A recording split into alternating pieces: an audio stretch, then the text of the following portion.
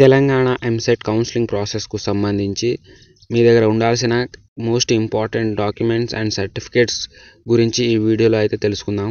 So ఎవరైతే EAMCET counselling అయితే వెళ్తున్నారో వాళ్ళైతే ఈ వీడియోని పక్కాగా ఎండ్ వరకు అయితే చూడండి. అండ్ ఎవరైనా కొత్త వాళ్ళు ఉంటే సబ్స్క్రైబ్ అయితే చేసుకోండి. సో వీడియో అయితే ఇక స్టార్ట్ చేద్దాం.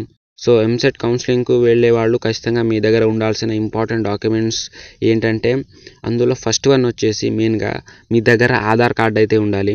సో ఎవరైతే క్యాండిడేట్ అప్లై చేసుకోవడానికి వెళ్తున్నాడో సో అతని యొక్క ఆధార్ కార్డ్ అయితే ఉండాలి. అండ్ అందులో ప్రతి ఒక్క డీటెయిల్స్ అనేవి కంపల్సరీగా కరెక్ట్ అయితే ఉండాలి. సో వాళ్ళ సర్టిఫికెట్లో ఏ విధంగా అయితే ఉందో అదే విధంగా ఆధార్ కార్డులో కూడా సేమ్గా ఉండాలి. అండ్ ఏ మిస్టేక్స్ అయితే ఉండకూడదు. పేరు కానివ్వండి, డేట్ ఆఫ్ బర్త్ కానివ్వండి, అండ్ జెండర్ కానివ్వండి, సో అడ్రస్ కానివ్వండి, ఇలాంటివి ఏమీ మిస్టేక్స్ అయితే ఉండకూడదు. అన్ని డీటెయిల్స్ ప్రాపర్గా ఉండాలి. సో ఫస్ట్ వన్ వచ్చేసి Aadhaar card. And next second certificate వచ్చేసి ఎంసెట్ ఎగ్జామ్ యొక్క ర్యాంక్ కార్డ్. సో ఎంసెట్ ఎగ్జామ్కు సంబంధించి రిజల్ట్ రిలీజ్ చేసిన తర్వాత ర్యాంక్ కార్డ్ కూడా రిలీజ్ చేశారు. సో ర్యాంక్ కార్డ్ అయితే కంపల్సరీగా ఉండాలి. ఆర్ మీకు ర్యాంక్ కార్డ్ ఎలా డౌన్లోడ్ చేసుకోవాలో తెలియకపోతే కింద డిస్క్రిప్షన్లో ఒక లింక్ ఉంటుంది. సో మన ఛానల్లో ఆల్రెడీ ర్యాంక్ కార్డ్ని ఎలా డౌన్లోడ్ చేసుకోవాలో ఒక వీడియో అయితే చేశాను. సో ఆ వీడియో లింక్ అనేది డిస్క్రిప్షన్లో ఉంది, ఒకసారి వెళ్ళి చూడండి. So second certificate rank card. So EAMCET రిజల్ట్కు సంబంధించి rank card. And next third certificate వచ్చేసి ఎంసెట్ యొక్క hall ticket number. So EAMCET ఎగ్జామ్కి సంబంధించి హాల్ టికెట్ నెంబర్ అయితే మీ దగ్గర ఉండాలి. ఆర్ లేకపోతే మీ దగ్గర ఎంసెట్ హాల్ టికెట్ ఉన్నా సరిపోతుంది, లేకుంటే హాల్ టికెట్ నెంబర్ ఉన్నా సరిపోతుంది. సో థర్డ్ సర్టిఫికేట్ వచ్చేసి హాల్ టికెట్ నెంబర్, ఎంసెట్ ఎగ్జామ్కు సంబంధించి hall ticket number. And next fourth one వచ్చేసి study certificates. So study certificates అనేవి చాలా ఇంపార్టెంట్. సో ఎందుకంటే ప్రతి ఒక్కటి మెయిన్గా ఉండాలి. సో చాలామంది జిరాక్స్ అయితే తీసుకెళ్తారు, బట్ మెయిన్ సర్టిఫికేట్ అయితే మీ దగ్గర ఉండాలి. ఎందుకంటే మనం ప్రూఫ్స్ కింద పెడతాం కాబట్టి అన్ని ఒరిజినల్ సర్టిఫికేట్స్ అయితే ఉండాలి. సో స్టడీ సర్టిఫికేట్స్ కూడా 1 to 10th వరకు అయితే కంపల్సరీగా ఉండాలి. ఆర్ ఒకవేళ మీరు ఇంటర్ స్టడీ సర్టిఫికేట్ తీసుకునేలా ఏం పర్వాలేదు. సో 1 to 10th అయితే కంపల్సరీ. అండ్ ఇంటర్కు సంబంధించి స్టడీ సర్టిఫికేట్ తీసుకెళ్ళినా ఏం ప్రాబ్లం లేదు.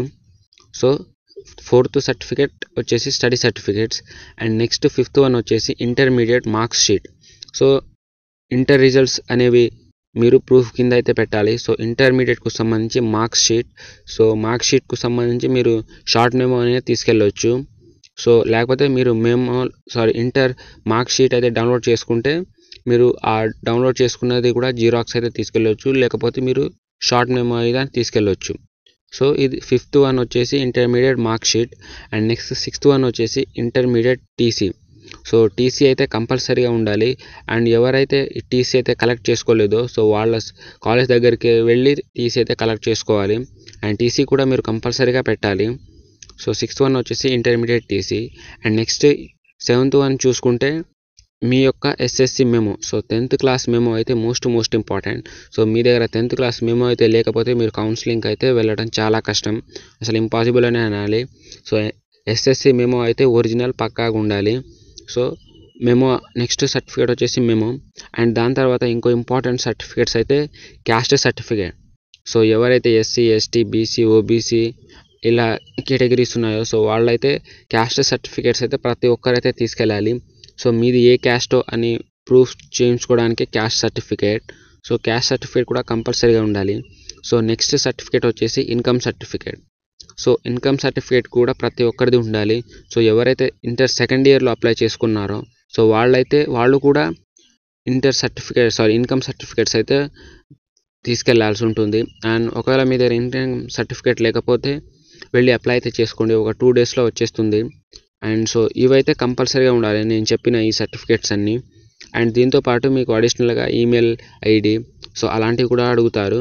సో కాబట్టి అవి కూడా తీసుకెళ్ళండి. సో ఈమెయిల్ ఐడి ఫోన్లో ఉంటుంది కాబట్టి అది పెద్దగా ఇబ్బంది లేదు. అండ్ ఇంకేదైనా సర్టిఫికేట్స్ ఉన్నా మీరు తీసుకెళ్ళండి, ఎందుకంటే కౌన్సిలింగ్ ప్రాసెస్లో మళ్ళీ ఇబ్బంది అయితే రాకూడదు.